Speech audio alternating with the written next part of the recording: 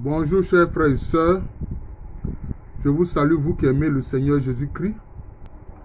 Je vous souhaite une joyeuse fête de l'incarnation de la parole de Dieu.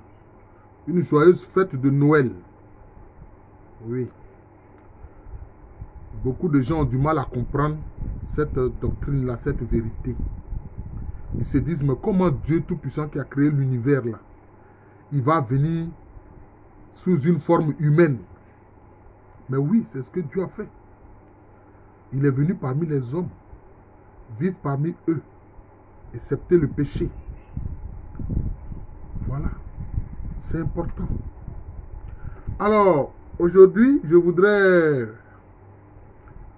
parler du jeûne. Le jeûne. Alors, nous allons voir un peu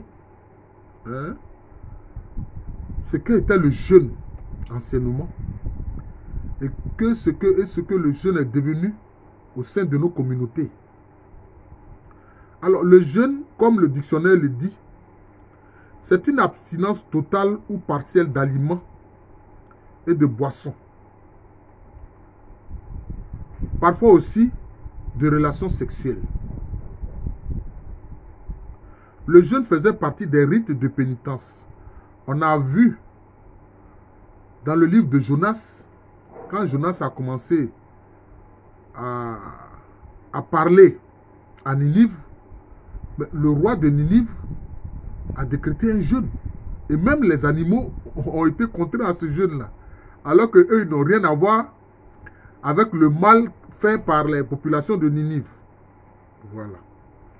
Donc le jeûne faisait partie des rites de pénitence. C'était un rite de pénitence. Alors on le voit dans 1 Samuel 7, le verset 6. On le voit aussi dans le livre de Joël, chapitre 1, verset 14, chapitre 2, verset 15. Voilà. Donc c'est un rite de pénitence, mais aussi un rite de deuil. Voilà, de deuil. Notamment dans le deuxième livre de Samuel, chapitre 1, verset 12. On parle de jeûne.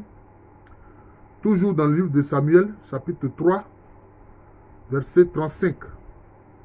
Voilà. Et puis dans le livre de Judith, chapitre 8, au verset 5.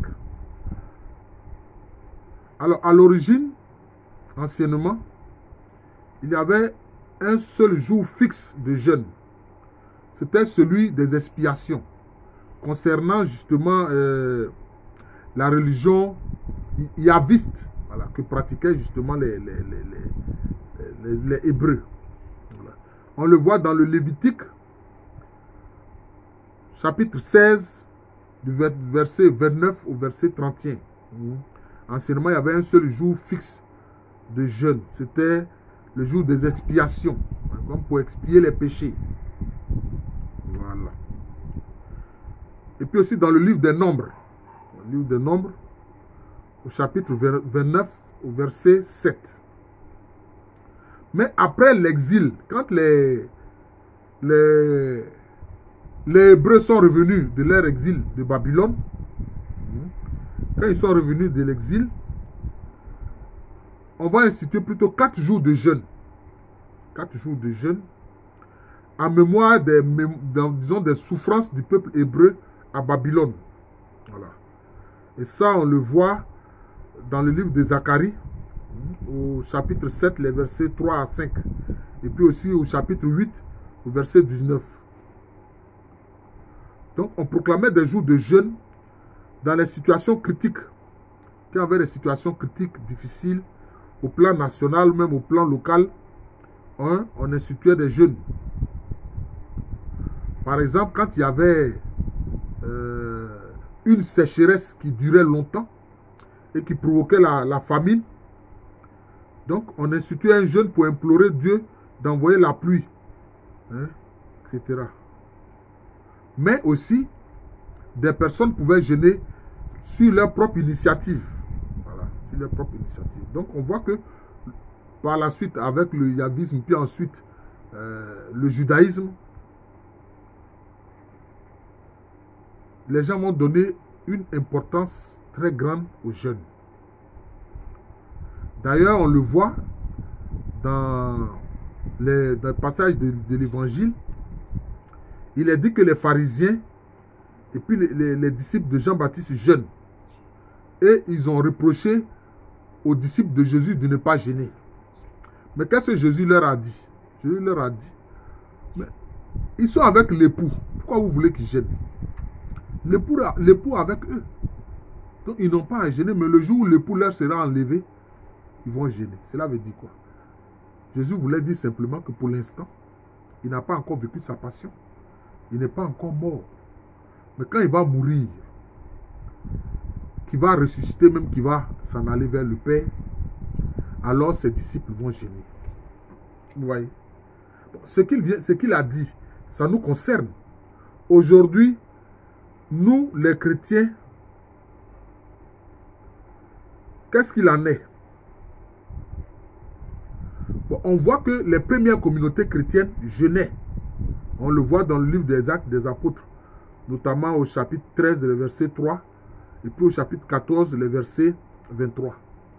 Ah oui, mais parce que l'époux leur avait été enlevé. Voilà.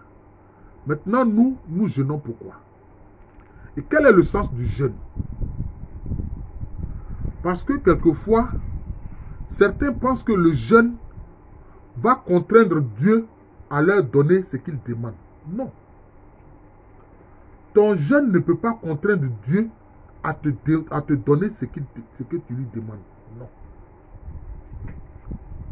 Non. Quand Dieu te donne ce que tu lui demandes, c'est toujours par rapport à sa grâce. C'est toujours par rapport à sa miséricorde. C'est toujours par rapport à sa bonté incommensurable. Mais ton jeûne ne peut pas contraindre Dieu à te donner ce que tu lui demandes. Mais quand tu jeûnes, c'est comme si tu t'humilies. Tu te rabaisses pour dire à Dieu que tu n'es qu'une pauvre créature. Voilà. Que tu n'es qu'une pauvre créature. Et même le jeûne auquel tu te soumets, c'est pour te rabaisser devant lui. Pour lui dire ta fragilité humaine. Pour lui dire ta faiblesse humaine. Parce que le jeûne aussi provoque quelque part des souffrances. Parce que quand tu jeûnes, cela veut dire quoi? Tu as faim. Tu ne peux pas t'offrir les plats que tu aimes. Tu ne peux pas t'offrir les boissons que tu aimes. Et quelquefois, tu t'abstiens de relations sexuelles. Ce qui est mauvais,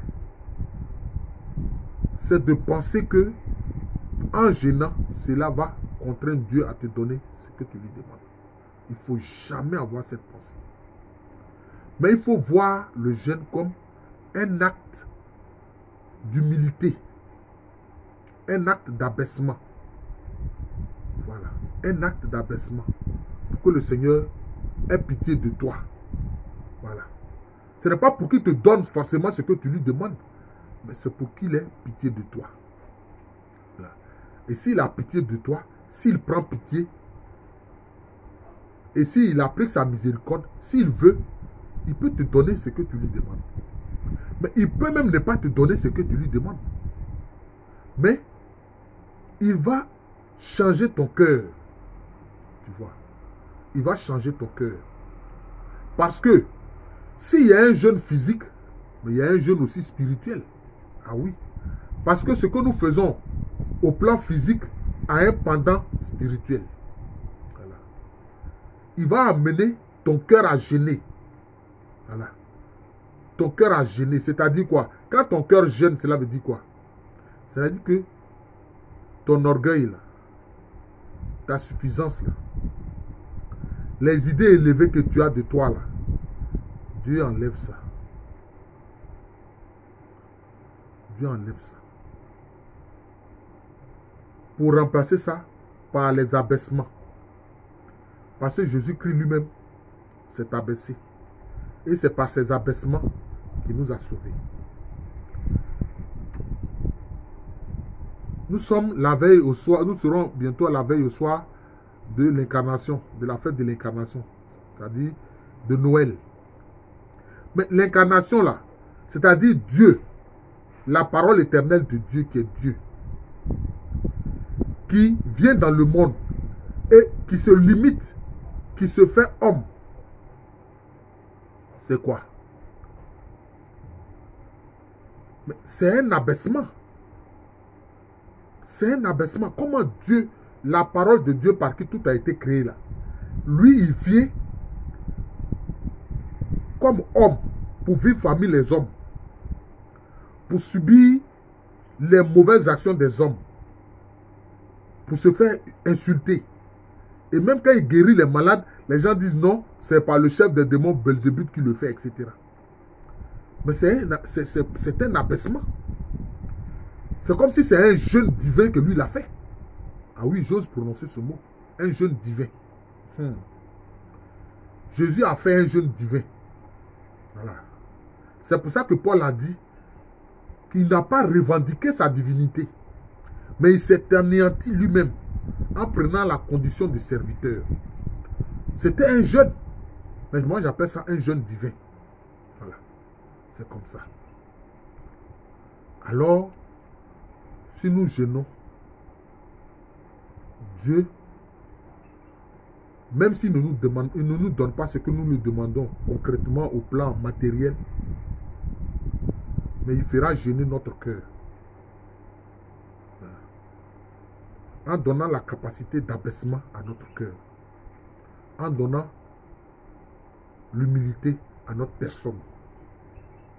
Parce que l'humilité est un élément important dans l'élévation spirituelle. La Vierge Marie elle-même, son identité qu'elle s'est donnée là, elle dit elle est l'humble servante. Voilà, l'humble servante. Voilà, vous voyez. Donc c'est cela. Donc le jeûne, il faut comprendre le sens du jeûne. On le fait par abaissement devant Dieu. Mais le jeûne ne peut pas forcer Dieu à vous donner ce que vous lui demandez. Jamais. Si vous pensez ça là, il faut enlever ça de votre esprit. De votre mind, comme disent les anglophones. Voilà. Mais le jeûne, c'est montrer sa petitesse devant Dieu. Et quand on le fait, il prend toujours pitié. Quand on le fait de bon cœur, il prend toujours pitié. Voilà. Mais là aussi, il ne nous donne pas forcément ce que nous lui demandons, selon ce que nous voyons. Mais il nous donne toujours quelque chose après le jeûne. Cela veut dire quoi? Et le plus important, comme je l'ai dit là, c'est le jeûne spirituel. Nous communiquer l'humilité. Nous communiquer l'abaissement. Et quand il nous communique l'humilité et l'abaissement, qu'est-ce qui se passe? Nous sommes élevés. Nous sommes élevés. Voilà. Nous sommes élevés. C'est ça. Tu as demandé une chose matérielle. Dieu, en gênant, tu as demandé une chose matérielle. Dieu ne t'a pas donné la chose matérielle que tu demandais là.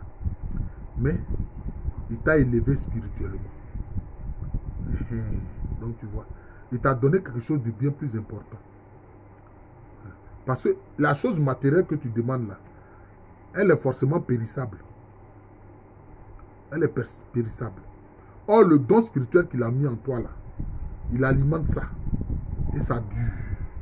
Voilà. Donc, quand on a jeûné et qu'on demande des biens qui passent, si Dieu ne nous a pas donné ces biens qui passent là, nous ne devons pas nous révolter, nous ne devons pas être mécontents. Et nous ne devons pas nous dire que notre jeûne n'a pas porté. Non, notre jeûne porte toujours. Parce que ce signe d'abaissement fait que Dieu prend pitié de nous. Et il exerce sa miséricorde. Et alors, il peut nous donner quelque chose dont, quelquefois au départ, nous ne serons même pas conscients. Mais quand nous allons nous rendre compte, nous allons voir que ce qu'il nous a donné même est bien plus important que la chose matérielle que nous lui avons demandé. Je vous remercie, je suis le frère Jean de l'amour de Jésus, c'est mon nom spirituel. Et à l'état civil, je suis le professeur Alou Kwame Rémy. Donc j'ai voulu parler aujourd'hui du jeûne. Voilà, c'est important. C'est important. Merci encore. Joyeuse fête de l'incarnation. Joyeuse fête de Noël.